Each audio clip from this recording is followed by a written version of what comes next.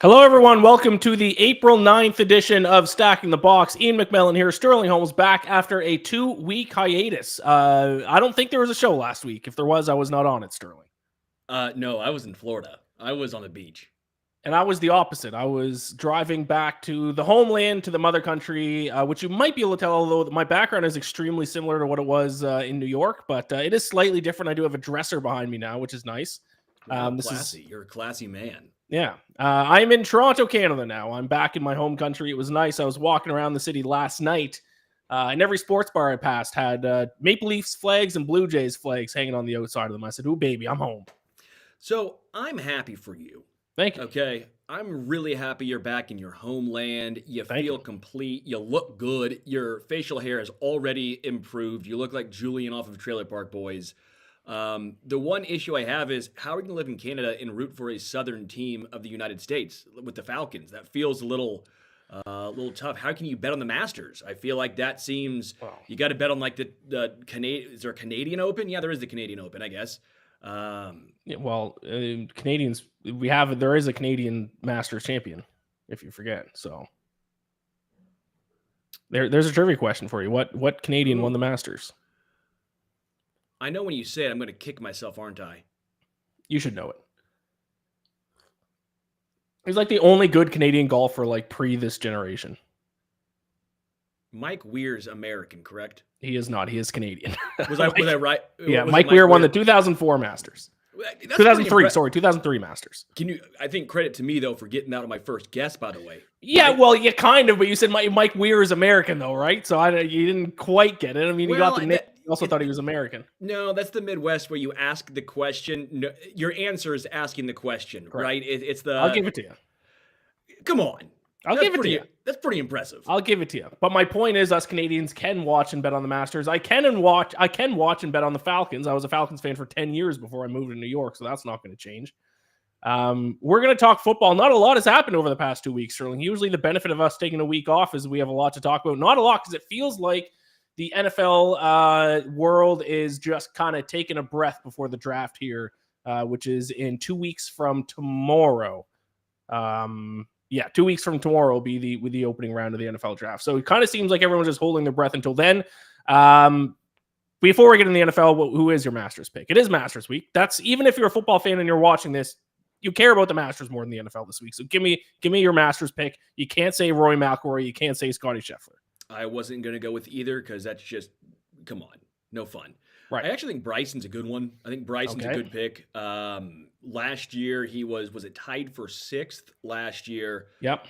Did he win? He won the Open. And U.S. Open, yep. And then he finished, what was it, 2nd at the U.S. Open? No, he won the U.S. Open, finished 2nd at the PGA Championship. Okay. The point remains. I think he's turned a page. It feels like in the majors. He's playing decent golf on the Live Tour. I'm not a fan of Live players. I just don't. It rubs me the wrong way. But again, ever since Bryson got humbled by saying Augusta's a par 67 for him, it feels like he's actually improved since he again got humbled by those comments. Not saying I'm rooting for Bryson, but if I have to give who I think's going to win, I'd go Bryson. As far as a underdog or like a wild card, I'll just say top 10. I'll say Brian Harman. Like that. Yep. I got some Brian Harman action coming off a win. Coming off a win at the Valero Texas Open. You know my thoughts. I'm a left-handed golfer. That's probably why I said Mike Weir. So I also am going to go with the waggle master himself, Brian Harman. Yeah, is he excruciating to watch? Yes, but I bet on him at 120-1 odds when he won the Open Championship. So I'll never be a Brian Harman hater. I will always have a soft spot for him, no matter how slow he plays.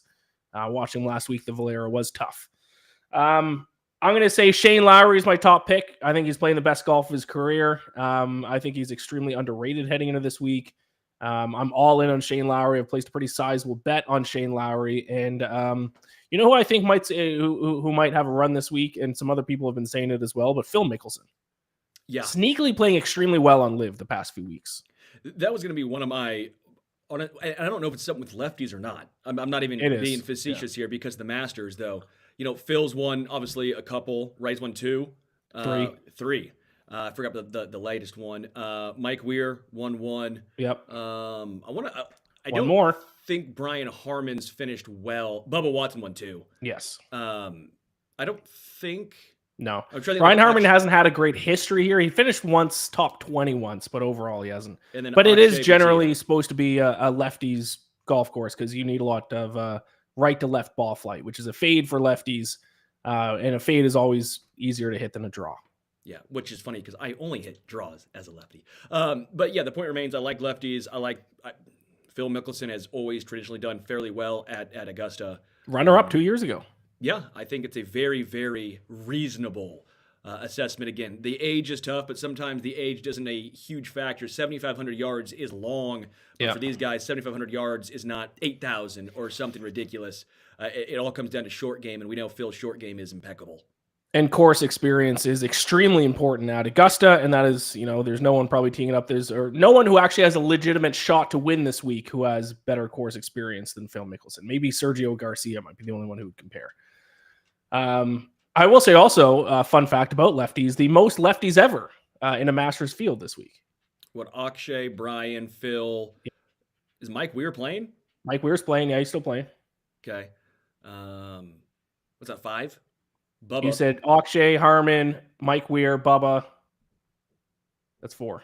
Phil, 5. Then, no, I said, I don't know. I'm bad at numbers. There's 8 total. Oh. Bobby Mack, Robert McIntyre from Scotland, yeah. lefty. Yeah. Previous winner on this season of the PGA Tour about 2 months ago, maybe. Joe Highsmith is a lefty. Don't know him. And this other one, I didn't know that he was a lefty, and you might not recognize his name. Matt McCarty, who I didn't even know was in the Masters field, is also a lefty. So 8 lefties. It's a record for the Masters. Wow. All right, we're done with Masters talk. We had to kill some time because, like I said, not too much in the NFL world to talk about, but a few interesting things since last time we were on the show together, Sterling. Shadeur Sanders kind of seems to be the topic of conversation as we head into the NFL draft here 2 weeks away. We talked about him a little bit 2 weeks ago about how far he could potentially drop. He has had his pro day since then. And apparently a pretty impressive pro day, a little bit polarizing. Some people didn't like the fact that he pats the ball before throwing it. Is that overblown at this point? I don't really know. But overall, he seemed to have an impressive pro day, but that did not budge the odds for who is going to be drafted first overall. Cam Ward is now locked in as the number 1 pick. If you, at minus 200,000, if you convert that to implied probability, there is a 99.5% chance Cam Ward is the number 1 overall pick. So I think we can move on from that conversation. I think the conversation now turns to how far Shadeur Sanders will fall. Yeah, that's a good question. I just, my thoughts on this. I think that if you want a floor guy, you draft Shadeur. If you want a ceiling guy, you draft Cam. Interesting. I'd say the opposite. I think Shadeur Sanders is going to be maybe a better processor. Doesn't quite have the arm strength that Cam Ward has. I like Shadeur, man. I do. But again, my thoughts on the the AFC versus the NFC, where AFC, you almost have to hit on Superman. NFC, you can get by with a league average quarterback, especially league average on a rookie deal. I think Shadeur could be a really good fit for a lot of NFC teams. Cam Ward, I just have questions about, especially when pressure gets on him. He will not have that. Miami, he had all day. Didn't matter. He had all day. That's not going to happen in the NFL. And I did not always love what I saw when he was under pressure. I think the arm strength is tantalizing. I think, again, the upside is greater than Shadeur Sanders personally. I think the Shadeur Sanders tapping the football is completely overblown. A lot of quarterbacks do it. I get it. I'm not trying to pick outliers, but obviously Tom Brady was one that did it. But we were talking about the GOAT. But if the GOAT can do it, then okay, it clearly didn't keep him from being better than he was. I think a lot of the talking points of Shadeur is overblown. I hated some of his antics in college with flashing the wrist and at the crowd and doing all that stuff. I find it a little childish, but that's also celebrations and the NFL. It's loaded with that. So I don't know. He's a confident guy. Confidence is key in the NFL. Confidence is key, especially at quarterback. I I don't think Shadeur Sanders will last too long in the draft. I think he'll go for sure top 5.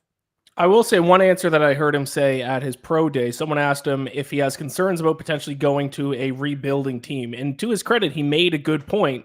Jackson State was a losing football program before he showed up, and so was Colorado. And he helped turn around both of those programs, which is absolutely huge. So I think that was a great answer by him.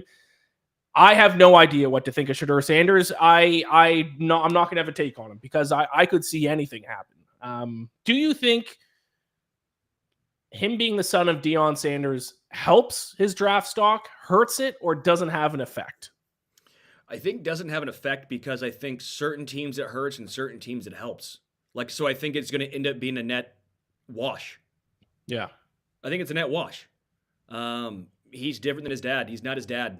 Growing up around, obviously, the NFL should help him around professional sports. I think it helped Patrick Mahomes. That's lauded and applauded as a positive. Deion's a little different cat. We know that. Prime's different. But at the same time, when you grow up around that, you somewhat understand expectations. The lights typically aren't too bright for you. But I think some people can use it as a negative of saying, Deion's kind of a me first guy. Yeah. Does that mean Shadeur is going to be that guy? I think it's unfair because he's his own man. But I personally think it should be used as a positive more than a negative. Producer Sean says QBs that pat the ball before throwing it: Tom Brady, Matt Ryan, Aaron Rodgers, Pat Mahomes, Matt Stafford. So then why do people care then? Why is this just a thing Twitter that just GMs. It's It's Twitter GMs. Everyone has their need own something to talk about. Yeah. Everyone has their own cadence, or everyone has their own twitches that get them ready, right? Yeah. Everyone has that. Baseball, basketball, football. I understand people who are talking about, oh, well, now you know he's throwing it and all that stuff. Well, then you can use it as an advantage. You fake it. Right. I don't know. I just think it's completely overblown. It doesn't add, people are acting like it's going to add so much time to his throwing motion. I don't think so. I mean, Tom Brady didn't have the strongest arm. Stafford did. Patrick did. Aaron Rodgers did. Matt Ryan has a strong arm. But I don't think Tom Brady had the strongest arm. No. And so I don't think it affected him. So if your argument is, well, the other guys have, these otherworldly arm strength, I think it's a slight misconception. 4 of the 5 do, but the one that really stands out does not. And if it does really negatively affect him, I'm sure it's something he can change. It's not like patting the ball is something you just completely can't stop doing. Like if it does cause his throwing motion to be too slow, I'm sure with practice he can stop patting the ball before he throws it. Yeah, I just think it's Twitter GMs need something to talk about, and that's what they're going to talk about.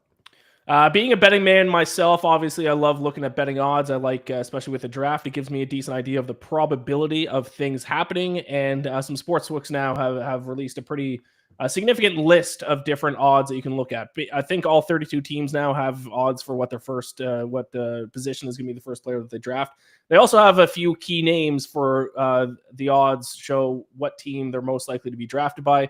Shadeur Sanders most likely to be drafted by the New Orleans Saints at plus 270. Now that is plus 270. That's not an odds-on favorite. That's what, 35%-ish somewhere? No, less than that, 30%. But still, Saints are the favorite. And I do think, and we talked about this 2 weeks ago, Sterling, that if he does get past the Giants, the Saints do seem like the next team that would potentially draft him. The Saints currently sit at the number 9 spot. After the Saints on the odds list are the Giants, who currently pick at number 3, but they've already signed 2 quarterbacks. And then you got the Steelers plus 450, Jets 7-1, Browns plus 750, Rams 11-1, Raiders 15-1, and then it falls off pretty significantly from there.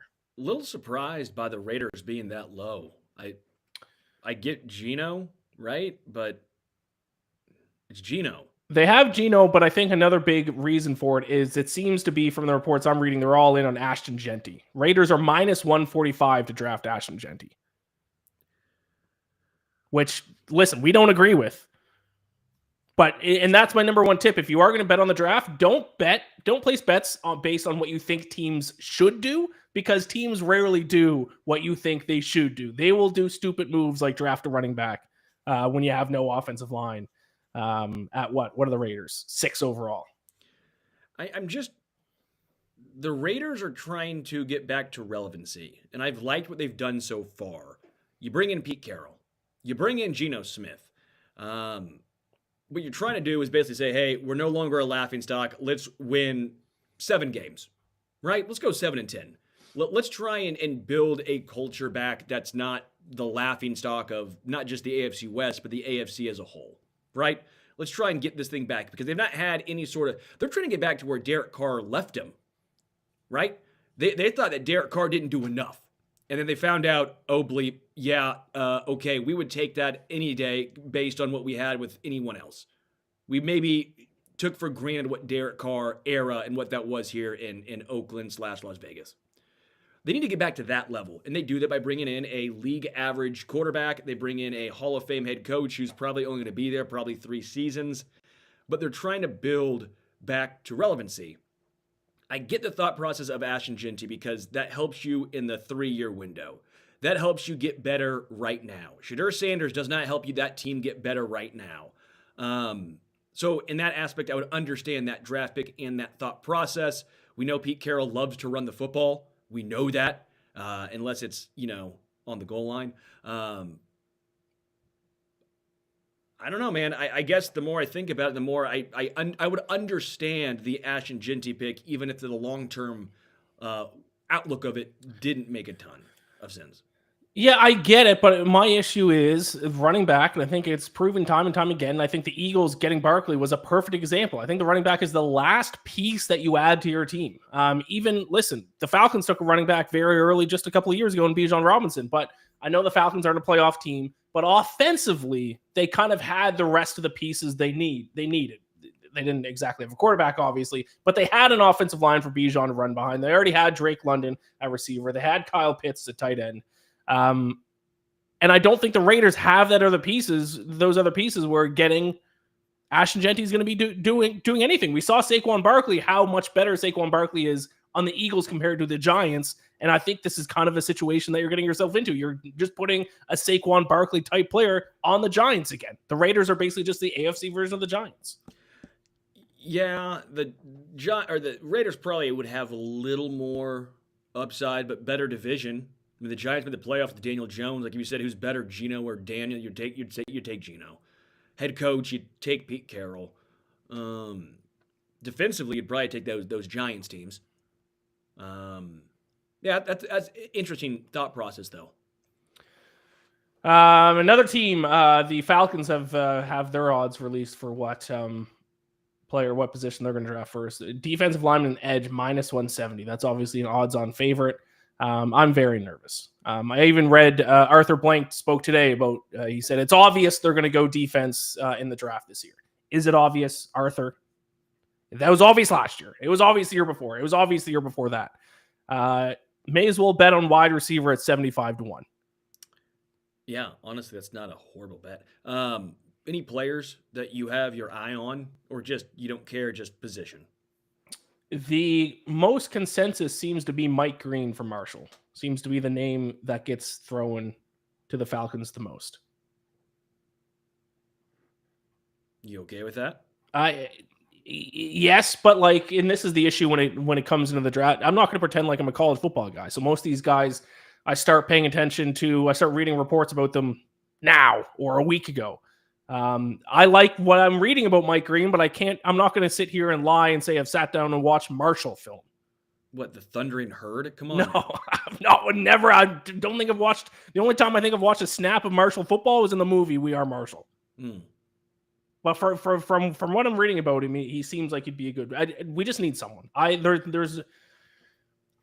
would be a little upset if we get an interior defensive lineman. That's not the way I want us to go. I want it to be an edge rusher, and no matter who it is, I'll sell myself on them. At least you're honest. If nothing else, I am honest. Let's talk a little bit more draft things because I do want to talk about a couple other things non-draft related at the end of it. But the receiver market. Tet McMillan has kind of been the consensus first receiver to be taken. But Matthew Golden, the odds have closed. Matthew Golden now still an underdog to be the first wide receiver taken.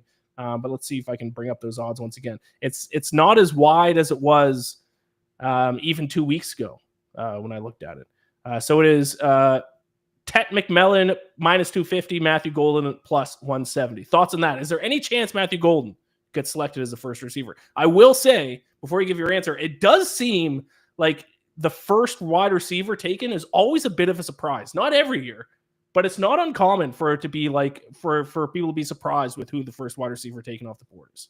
Yeah, I wouldn't be surprised if it was Matthew Golden. That's because I love watching Matthew Golden play. He was so fun to watch. Him and Isaiah Bond at Texas. Everyone was talking about Isaiah Bond, and then it was Matthew Golden. That was the guy that really stepped up. It felt like a lot. I think Tet McMillan's a really good receiver and traditional X, big-bodied dude. Go up and get it. Really thrived at Arizona. But I don't know. I would not be surprised at all if Matthew Golden ended up going one. I think you can't go wrong. I think there's a lot of good wide receivers in this draft class. I think if you went Golden, Tet McMillan, I think Luther Burden. And what's interesting is all three of those guys are just different players, all different styles. Tet McMillan, big-bodied guy. Matthew Golden can go up and get it too, as we saw him do at Texas. And then you have Luther Burden, who's more of a slot, like a power slot type of guy. Yeah, it's interesting. You have whatever your flavor is, you have a chance to pick that guy. And then Emeka Egbuka as well from Ohio State. Yeah, who's also stud. Ohio State wide receiver, stud.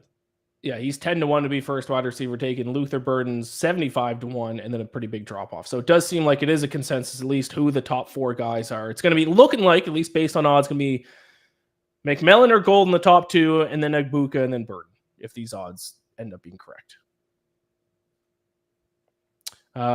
Chiefs are still favored to take an offensive line. Has your opinion on that changed at all? Because you were surprised when I told you that 2 weeks ago. Yeah, unless it's Josh Simmons at 31, I don't see him taking an offensive lineman.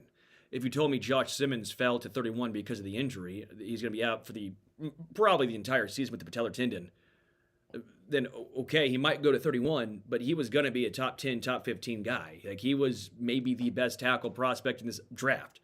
But if he fell to 31, then yeah, the Chiefs probably say, okay, we can take him. If he's not there at 31, I would be shocked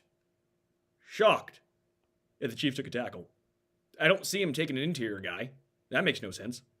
So, no, I don't. I think it's probably going to be a defensive lineman. Yeah, which is second on the odds list. Plus money, plus 155 defensive lineman. All right, let's talk about a couple other quick things here, then we'll get out of here. The 49ers, whether or not they're going to extend Brock Purdy this season. He does still have 1 year left on his rookie contract. I believe he expects to sign an extension this offseason. It's a little bit of a polarizing topic, and I actually found this interesting. Matt Verderam, who we are, of course, friends with SI, talked to some people around the league. And the majority of them said that the 49ers should not extend Brock Purdy this offseason. Basically, I read the article. The overall conclusion is that the people who don't think he should be extended is that he is a high floor but low ceiling guy. He's a good quarterback, not a great quarterback. And in this situation, you want to get him. You want as big of a sample size as possible before deciding whether or not you should extend him. Unless he takes a further step forward next season, you probably shouldn't extend him. He's not a guy who can lead you to multiple Super Bowls, which I don't necessarily agree with. He almost beat the Chiefs 2 years ago. Yeah, so did Jimmy Garoppolo. No, I would not extend Brock Purdy to that contract. I know Hunter's going to be pissed and is going to give me all the analytical numbers and all the underlying numbers. I would have him play this year, no doubt, because this year is going to be different. I mean, you saw what he did last year, and then Brandon Ayuk struggled and was injured, and then Deebo Samuel, if you're going to pay a guy that much money at quarterback, he better elevate your team. He can't just be Geno Smith. He can't just be good because there's great players around him. He's got to elevate guys around him. Josh Allen elevates guys around him. Joe Burrow elevates. I know he's had Jamar Chase and T. Higgins, but I think we all agree he probably still elevates those guys. Patrick Mahomes clearly elevates players. Those are the guys you pay. You don't, because then you're stuck in the Trevor Lawrence situation where you're like, okay, he might be good, but what happens when you don't have studs around him? I get it. Then you get stuck in no man's land and you got to keep trying to hit in the draft, but I don't know, man. I wouldn't do it. I'm not saying he's Daniel Jones, but I think he's closer to Trevor Lawrence than he is the elite quarterbacks. I know you and the underlying numbers and Hunter will vastly disagree with me, but that's the way I see it. I think he's closer to Trevor Lawrence than the Patricks, the Joshes, and the Joes, and I ain't paying him in that territory.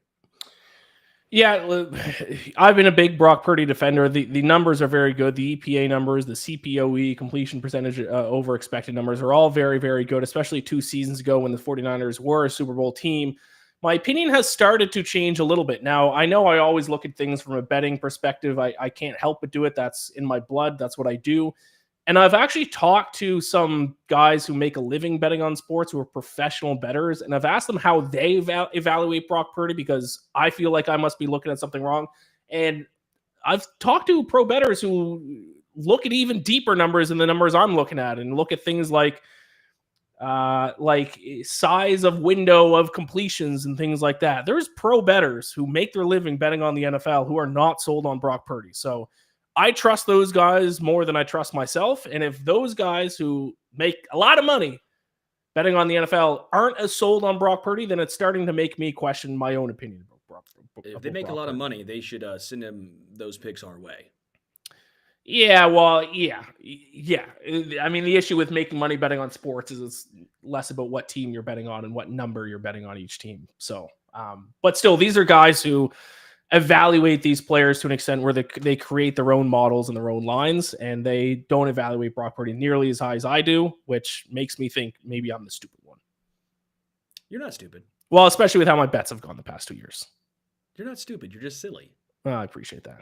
So I am personally, hand up, starting to reevaluate my opinion on Brock Purdy. Credit to you for that.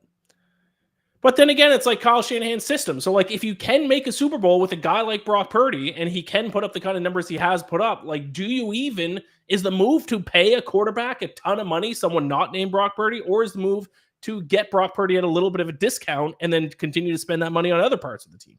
Yeah, it's just drafting guys. I've talked about it for a while, how interesting it would be, the thought process of you just draft players or quarterback, like maybe every 3 years. Every 3 years, let them develop for a year or two, depending if it's a first rounder or a second rounder, right? And then you move on and you pay every other player on the team. You pay the offensive line, you pay the receivers, you pay the running back, you pay the defense, but you're saving about 40 mil or so a year on quarterback. What could a team do with 40 mil?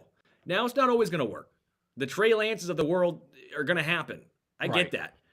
But I've always wondered, what would a team and what would the thought process look like consistently? How? Because if you think you have the correct system, which I think Kyle Shanahan has a system that most quarterbacks can play in, well, why wouldn't you? Doesn't that seem to be the way to go? Isn't that when the 49ers have had the most success? Is when their quarterback is not on a highly paid deal and everyone around the quarterback is the one making the money? I don't know. I just think it's something to at least ponder. And I think the 49ers might do exactly that. I would not be surprised. Who's like the next tier of quarterbacks in the draft this year? Jackson Dart. Yeah, but he's still like an early first round guy though, isn't he, or no? Can be. Jalen Milroe. Producer Sean says Will Howard from OSU. I wouldn't. After seeing McKay State for 4 years. But my point is, I wouldn't be surprised if they spend a second or third round pick on a quarterback and try to do exactly that. Although Will Howard would kind of fit the Brock Purdy. Jalen Milroe, Alabama. Tyler Schauf from Louisville. Shough. Quinn Ewers. Dylan Gabriel. Like, there's some at least talented guys that you can get later in the draft. Ooh, I have a soft spot for Curtis Rourke from Indiana. Canadian. Ooh. Hey. Yep. So he could be an interesting option a little bit later. I would not be surprised. Especially, I mean, the 49ers must feel pretty confident or at least pretty cocky in their quarterback evaluating abilities, considering they got Brock Purdy as Mr. Irrelevant. I mean, say what you will about Brock Purdy, whether or not he's a top-tier quarterback or not, but I think you're getting pretty good value on a guy when you take him as Mr. Irrelevant. He does, he's your quarterback for, a team that almost beat the Chiefs in the Super Bowl. Yeah. And can you, when you do what you did and trade it up and spend a lot of draft capital on Trey Lance? So yeah. One great, one horrendous. Yeah. And then we'll end on this. Julio Jones retires. Soft spot for me, obviously. Julio Jones was, my favorite player on the Falcons for, a large portion of my Falcons fandom. I remember where I was hanging out with a girl in grade 12 at her house I made her watch the NFL draft with me. And we watched Julio Jones get drafted. That relationship ended very soon after that. I wonder why. Because I forced her to watch the NFL draft. Probably the greatest Falcon of all time. Yeah, I mean, Matt Ryan. Right. It's one of those two. And I think you got to go Julio Jones. 300-yard performance against the Panthers. One of the funnest games of all time for me to watch. Say something nice about Julio Jones. I love Julio Jones. He's awesome. He was phenomenal. I have nothing but respect for Julio. Also, was I surprised he wasn't already retired? Yes. Well, because last year the whole thought was, is he going to play? Is a team going to sign him? Right. I know in Kansas City there was talks about Julio for a while, and they went and traded for DeAndre Hopkins. Oh, it's too bad he wasn't back with Philly for one more year so he can win the Super Bowl. Would have been nice for you. Oh, it wouldn't have mattered to me if he won. I wouldn't have been happy for him, but... Yeah, that's my point. You'd be happy for the guy. Yeah. It's one of the worst parts about your team getting as close to winning a Super Bowl as my Falcons were is thinking about all those players on that team that I loved that will now never have a Super Bowl. Matt Ryan, Julio Jones obviously topped the list. And Julio Jones had a great game. One of the greatest catches in Super Bowl history. If it makes you feel better, Darian Kennard has 3 straight Super Bowls. 1-2 as a backup offensive lineman for the Chiefs, and now 1-1 for the Eagles as a backup offensive lineman. So Darian Kennard, 3 years in the NFL, 3 Super Bowls. Good for him. Not bad. Not bad. Not bad. Anything else nice you want to say about Julio Jones? I like Julio. All right. I don't like that he went to Tampa 2 years ago. That's mean. Better than the Saints. Better than the Saints. That is a fact. I might not have forgiven him if he went to the Saints. All right, that is our show. Unless you have anything else you want to add. I can't wait to watch the Masters. I'm excited. Thursday, Friday, at work. I do sports talk radio, so I mean, what am I talking about? I will bring my laptop in and be having that on whilst talking about other sports on air. Masters, a tradition unlike any other. Did you know Julio Jones' real first name is Quintoris Lopez? No, but you should have. I should have. Didn't know that until right now. I'm looking at his Wikipedia page. 2011, first round, 6th pick. Yeah, 2011, 12th grade. I was at a girl's house hanging out, and she broke up with me soon after. Wow. Made her watch the NFL draft. Tough. All right, that's the show. Thank you all so much for watching and listening. We'll be back next week. There will be a show next week. In 2 weeks' time, the NFL draft will be here. We'll be having a draft show of some sort. I will be on for at least a portion of it. I'm flying back from Vegas that day. But I will be on at least for the Falcons pick, as long as my flight doesn't get delayed. Sterling, are you going to the draft this year? No, I'm not going this year. I'm not going to land. Are you going to be part of our live stream draft night? Potentially there, Arrowhead Addict. I'll probably be a little bit everywhere. But we will be having a show that day. So, keep an eye out for that. Thanks for watching. Listen, subscribe to the Stack in the Box on YouTube, and we'll talk to you all next week.